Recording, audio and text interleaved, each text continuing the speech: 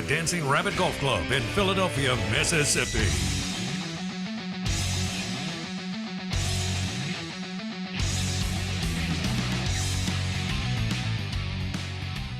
And we're giving away a Gardner Minshew signed football this morning via the Mississippi Ag John Deere Tractor text line, 601-885-3776, or Twitter at Bo Bounds. Best pick, best story, who he reminds you of. He could be a roadie in Willie Nelson's band in 1982. But I do like, and I threw this out in the last segment, he reminds me of Sam Elliott's grandson. And obviously Sam Elliott, the legendary actor who has been in so many cool movies, including Roadhouse, which is one of the greatest movies of all time. The texts are rolling in. They're really, really good. We're live in the Bank Plus studio. Bank Plus, it's more than a name, it's a promise. SEC Insider Hit this morning is brought to you by Boar's Head. Getting ready to load up that charcuterie board tonight or for the weekend with SEC and NFL football on the slate. The delicious deli meats, cheeses, hummus, you name it. You can find Boar's Head at any of the grocery stores in the state of Mississippi. Boar's Head and Game Day for your next meal or charcuterie board. Want to welcome in our friend, NFL insider Steve Palazzolo, ProFootballFocus.com. Steve joins us on the Coors Light guest line. Coors Light made to chill. Steve, Dak Prescott and the Dallas Cowboys with an amazing comeback in the second half against the Falcons. What grade did you and Pro Football Focus give Dak from this past weekend? First of all, I told you last week I was going to win a game for you, right? I told you I was going to make up for the fourth down decision. Well, Mike McCarthy going for it, down 9, going for 2. That is the right analytical move, and that's why they had the opportunity for the onside kick, which I'm calling the hypnotizer, hypnotize the Atlanta defense, and that's why they had the opportunity. So Mike McCarthy's decision-making actually panned out. Anyway, Dak was excellent again. There were a couple bad plays in there early, lost the fumble and everything. We had a 73 grade on him, which is good for a game grade.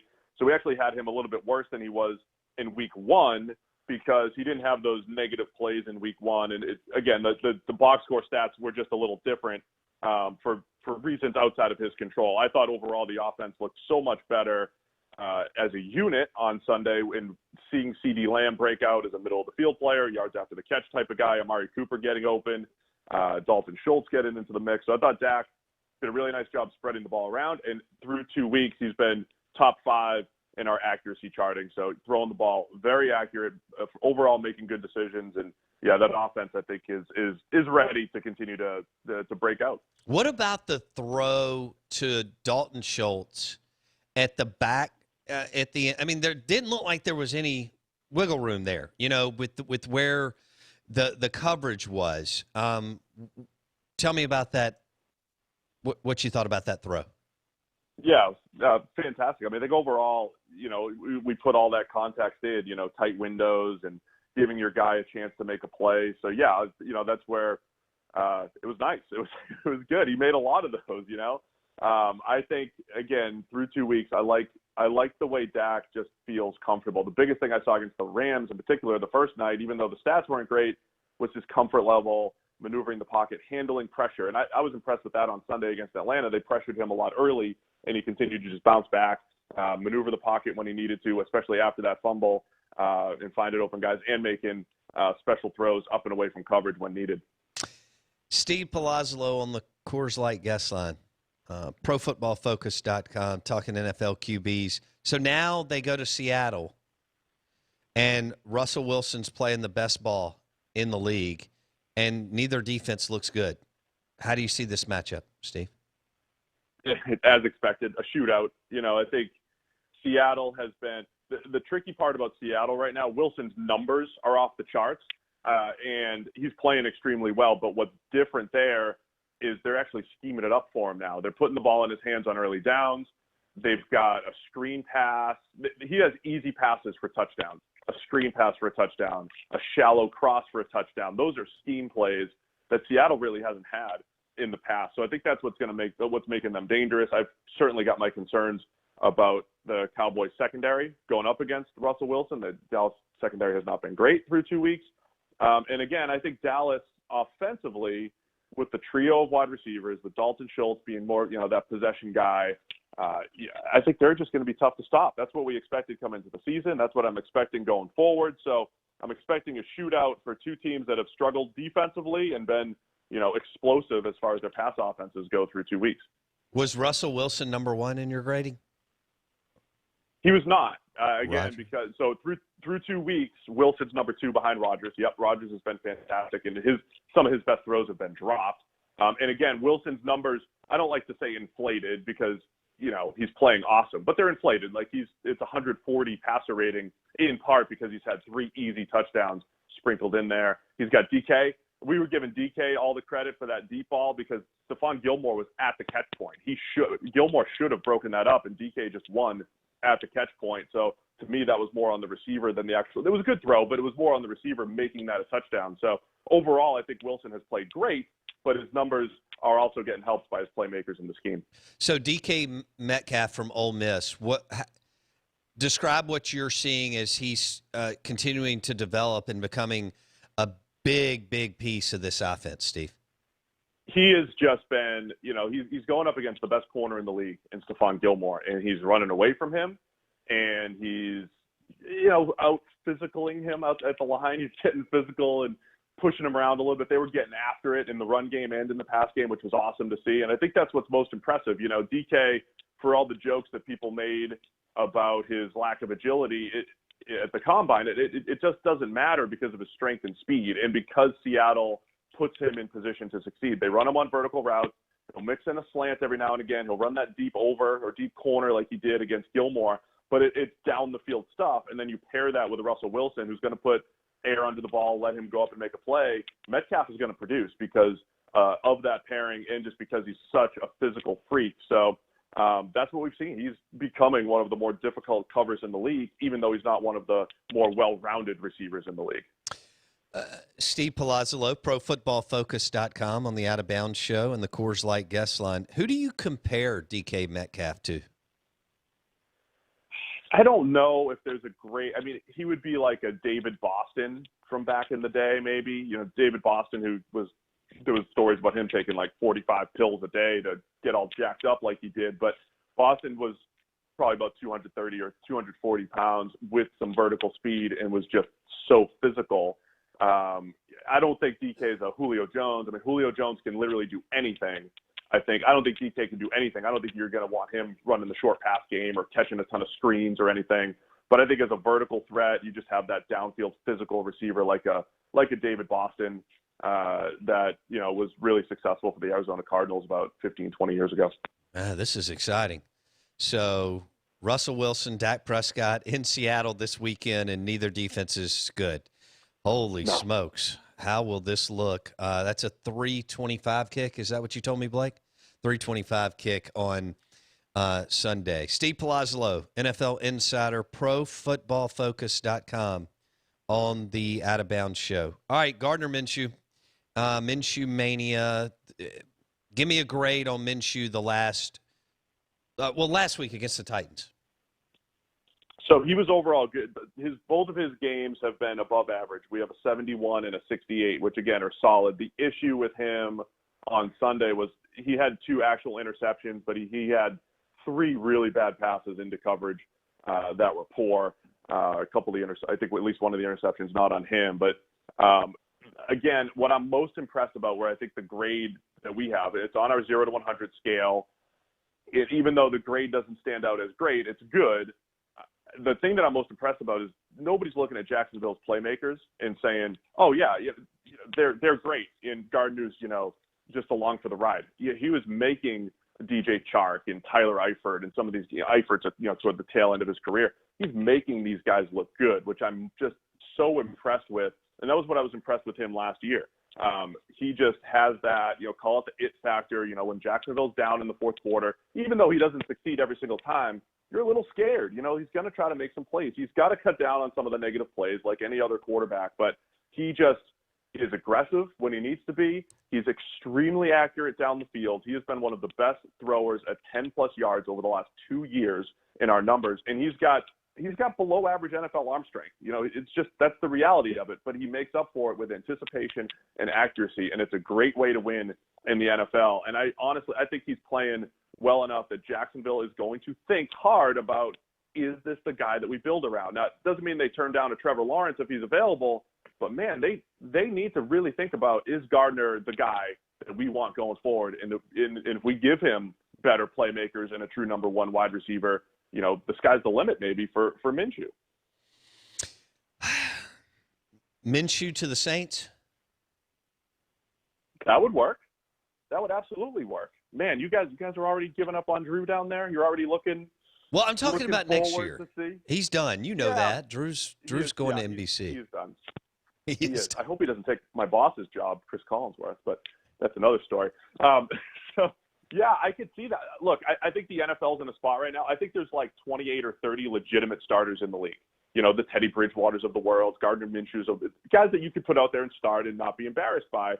That's different from where it was 5 or 6 years ago. So then when you add Trevor Lawrence to the mix and Justin Fields, there are going to be good quarterbacks moving around. I could absolutely see something like that. Are the Bears going to reconsider Mitch Trubisky?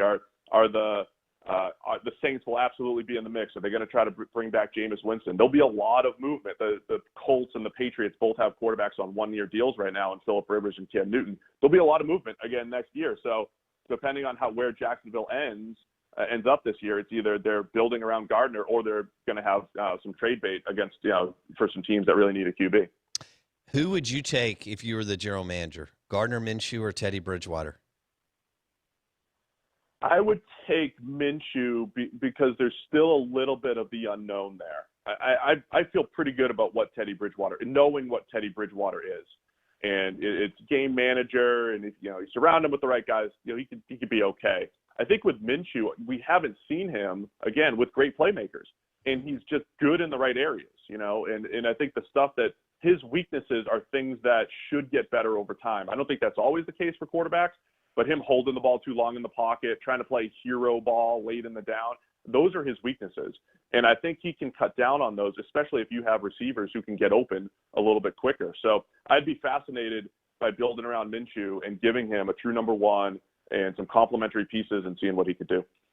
We just received a text for Steve Palazzolo, ProFootballFocus.com on the Coors Light guest line. Steve, would you give us an over-under on what DK Metcalf does to the Dallas Cowboys secondary on Sunday? Oh, man. I mean, I think he's going over 100 yards. Mm-hmm. I'm going to say 100 yards and 2 touchdowns. Okay. That's what I think he's, so set the over-under at 100 yards and 1 touchdown. I'm going over. I think they're in trouble, okay. Dallas. I think it's trouble. Yeah, I do too. Here's Blake, the crazy thing about Dallas, too, by the way. They lost 3 fumbles and had a failed fake punt, and they scored 40 points. They could have scored 60 if they just held on to the ball. Dallas's offense is this could be 50-49 this week. Seattle and Dallas. Watch it be a defensive struggle. Who the heck knows? I know. All right, Blake, do you have a question or what? I was just going to say Dallas lost their second starting cornerback this week, so both starting corners are out, and there's a rumor DeMarcus Lawrence may not play this weekend as well. So Steve may know more about that than me, but it's all falling apart. No. I haven't checked in on the injury report stuff, but Dallas was already thin in the secondary. They were already they just feel like this mid-tier type of secondary that could kind of go either way. They're okay players, Chidobe, Awuzie, and Jordan Lewis, and those guys. They're okay, but they're also not great. So if they face good offenses, they can get torched, and they don't have the depth to really compete right now. Yeah, Awuzie is out for looks like 3 to 4 weeks now. So we're looking at a shootout in Seattle. And it could be a lot of fun, and it could be nuts with Russell Wilson and DK and Dak and CD and Amari. I can't wait to see what happens there. And the Seahawks are favored. Did you tell me 4.5 to 5 points, Blake? Yep. All right. So Seahawks at right around a 5-point favorite. What do you make of Drew Brees? Where is this going, Steve? Yeah, it's the throws he's making aren't as bad as they look. because a couple passes to Jared Cook on broadcast looked like they're way off, but Jared Cook stopped on his route a couple times. There was some miscommunication there. I think the bigger concern is Drew Brees is not making throws he usually makes. His short area accuracy, first off, is just off. And then when he does have more open throws down the field, he's just not making them. He's just not attempting them. He used to throw the ball up the seam extremely well. He used to have the anticipation to get the ball on the deep out, and he's just not making those throws right now. So it really limits the Saints' offense. Now, they don't have a deep threat necessarily, but Sean Payton's always been great at scheming things up. I love Drew Brees. He's fantastic, but that pairing with Sean Payton has also made life easier. There are open throws left and right in that offense, and Brees finds them. So they're just so limited offensively right now. And even in the comeback situation against the Raiders, it was all dink and dunk. And I think he ended up with over 300 yards, but that was an empty 300 yards. That was, 70% after the catch and just check down stuff. So I'm concerned about where he is physically, but at the same time, I'm not the type of guy that's like, 40-year-old, he's done, because he has enough, he's good enough to still move the ball. It just limits them when they go up against good teams. So we'll see if he can bounce back. He's had other spurts in his career where he looked like his arm was completely cooked. Who knows if they can kind of get it back on track. But, yeah, velocity and accuracy just doesn't look great right now. And most importantly, I think the confidence getting the ball down the field just not there for Drew. And with Aaron Rodgers coming into town and he's your highest-graded QB of the season, it doesn't get any easier. Yeah, not at all. Rodgers is playing at that, 2014 MVP level where he was incredible, 2011 level. The difference for Rodgers the last couple of years, it's kind of the opposite of Brees, really. Rodgers can make special throws left and right. He's never lost those. His issue has been playing within structure, and now he's getting the ball out of his hands faster than he ever has, meaning guys are getting open, and he's been decisive, and he's not trying to just get out of the pocket and make those special plays. So Aaron Rodgers now is the perfect combination of taking what the defense gives you, finding the open receiver, throwing the ball accurately, and, oh, by the way, he's going to drop a 40-yarder on you if you give a guy a step. So Rodgers playing at an extremely high level right now, going to the dome where it's easier to throw the ball. So, yeah, it's going to be tough. This is another one that could be a shootout just because of the way Green Bay is playing offensively. Yeah, and the dome with nobody there. I mean, man, I don't know how many games I've been to the last 10 years since Peyton and Drew turned it around, but, I mean, you can't hear a damn thing in there. Not even the dude right beside you. But now it'll just be crickets, so that plays into Aaron's favor too. Blake? Yeah, I have a question, and this not necessarily in our audience's wheelhouse, but considering this is NFL and fantasy has been so big around here, Deshaun Watson is always compared to, we talk about the Deshaun versus Dak, and Deshaun gets the edge for whatever reason that may be, both analytical and preconceived notion from where he came from and where he got drafted. They got rid of DeAndre Hopkins, a bona fide top 5 receiver in the league, arguably maybe number 1. He is killing it in Arizona with Kyler Murray, and Kyler Murray's offense and his stats look great. A, what's going on in Houston, and B, what's the future like for Deshaun Watson when he's getting tackled, it seems like, every other play behind the line of scrimmage and he has nobody to throw the football to? Yeah, it's a good question. I was fascinated to see what this would look like because he was so reliant on Hopkins. And we've seen other times, other quarterbacks through the years, like when Matthew Stafford lost Calvin Johnson, he actually did a better job of spreading the ball around. We haven't seen that from Watson yet. I thought with all the speed that they had with Will Fuller and Brandon Cooks, Kenny Stills, they do have a good group of playmakers, but there's still not that 3rd and 8, who am I going to? Honestly, I think they'll be okay over time. But I think it will take some time. And I also think when you look at Houston's schedule, they played Kansas City, Baltimore, and now they're playing Pittsburgh the first 3 weeks. The poor Texans have started out with the most ridiculous schedule. I think they're going to get better as the season goes on. But Watson, he needs to get the ball out of his hands quicker, more decisive. He's got to cut down on his negative plays, still invites too much pressure, takes too many sacks. And I think part of that could go away if he's got a little bit more comfort level with Cooks and some of those receivers. So I think it can get better, but yes, right now they absolutely miss DeAndre Hopkins. What about Carson Wentz? What's going on there, Steve? It's a disaster right now. Everything is bad. I mean, his footwork's off, his accuracy is off. Sometimes with quarterbacks, like when I was scouting Carson Wentz, I looked at him and I was like, this is kind of what people thought Jake Locker might have been 7 or 8 years ago. Big guy, athletic, cannon for an arm. And then Locker's accuracy was just all over the place. Wentz would show that a little bit coming out, but then the Eagles did a really nice job of making it easy for him, letting him play to his strengths, and I think they hid his inaccuracy a little bit. Now that weakness has just been multiplied by 10. He's the most inaccurate quarterback in the league through 2 weeks. He's fumbling too often and throwing the ball into coverage too often. Footwork is off. So he's just bad right now. He's our lowest graded quarterback. Again, you don't expect him to be there the entire year. Sure. But I think the concerning part is late last year, Wentz didn't play well. Early this year, with better supporting cast, he's not playing well. It's definitely a concern for the Eagles. God, and that town freaks out over their football, man. They do. Yeah, they do. Okay. So, out of bounds, ESPN 105.9 The Zone, Steve Palazzolo, ProFootballFocus.com on the Coors Light guest line. What do you make of what's happening in Minnesota? So Minnesota drops $100 million on Kirk Cousins. Okay, that's fine. I mean, he showed he could win a little bit. I don't know if you agreed or disagree with that. Some of it's just the market. But what's happening with Kirk Cousins and the Vikings? Yeah, I've used this about Dak before, but I use the phrase mid-tier quarterback a lot, and I really think there's about 10 to 15 of those guys around the NFL. And when you have that guy, if everything around him is good, they can win. And I think Cousins is just the classic example of that. He's had great stats through the years, but if you look at him, throwing to Deshaun Jackson, throwing to Pierre Garçon, throwing to Stephon Diggs and Adam Thielen, he has been in great situations to put up good numbers. He's not a guy that carries a team. And I think Minnesota, from a roster standpoint, they got to a point where they were trying to hold together this roster that, in 2017 made it to the NFC Championship. They're trying to keep it together, and they just couldn't. You can't pay everybody. So they're in this weird spot where they've paid a quarterback, but they're also rebuilding. They just drafted 15 players back in April, and in key spots. They need rookie corners to step up. They have a rookie wide receiver in Justin Jefferson. They've got young offensive linemen that are still trying to figure it out. So it's just a weird dynamic because Kirk Cousins needs a great ecosystem, and he's not the type of guy that's going to lead a rebuild, but they're in the middle of a rebuild, and they were kind of hoping, maybe he could, exceed expectations. I think Cousins, again, he'll bounce back and play a little bit better, I think, and his stats will get better, but man, they're in a weird spot because they're trying to rebuild, and they have a guy that needs a really good situation around him, and it's just not there right now in Minnesota. How impressed? I've only got 1 minute. All right, how impressed are you with Joe Burrow? I'm very impressed. Again, offensive line's a disaster over there.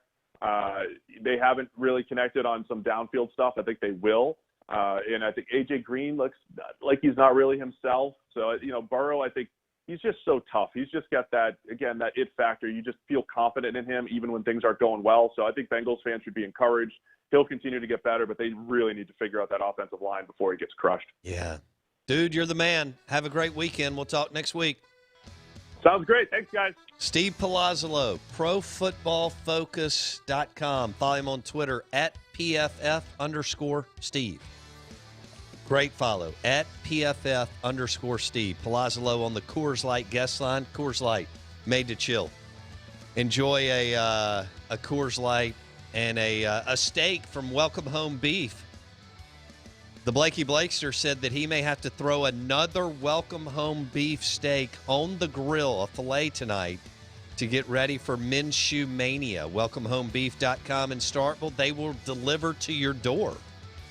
That's right. You can be in Madison, Hattiesburg, Memphis, Atlanta, wherever. Welcome Home Beef. Super, super cool spot in Starkville that you can walk in and grab steaks, or they'll ship to your door. Hour number 3 coming up.